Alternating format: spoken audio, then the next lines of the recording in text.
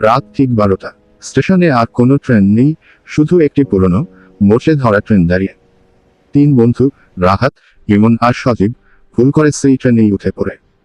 Train ছাড়ে, কিন্তু শব্দ নেই, চাকার আওয়াজ নেই, ইঞ্জিনের গর্জন নেই, সব অস্বাভাবিক। কিছু দূর যাওয়ার পর তারা লক্ষ্য করে ট্রেনের ভেতরে থাকা যাত্রীরা কেউই নড়াচড়া করছে না। কারো চোখ নেই, কারো মুখ নেই, শুধু কালো ছায়া। হঠাৎ ট্রেনের দরজা নিজে নিজে বন্ধ হয়ে যায়। লাইট নিভে যায়। অন্ধকারে একটা কণ্ঠ ভেসে আসে, যারা এই ট্রেনে উঠেছ তারা আর জীবিত নেই। ইমন চিৎকার করে ওঠে। পরের মুহূর্তেই সে গায়েব। রাহাত আর সজীব দৌড়ে জানালার দিকে যায়। বাইরে কোনো রেল লাইন নেই, শুধু অসংখ্য কফিন ভাসছে অন্ধকারে। ট্রেন থামে।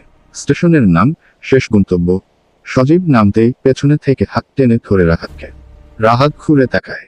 সজীবের চোখ দুটো কালো গর্তে পরিণত হয়েছে। পরদিন সকালে স্টেশনের পাশের রেল লাইনে 3 বন্ধুর লাশ পাওয়া যায়। আর আজও রাত 12টায় সেই ট্রেন আছে। যারা ভুল করে ওঠে তারা আর কখনো ফেরে না।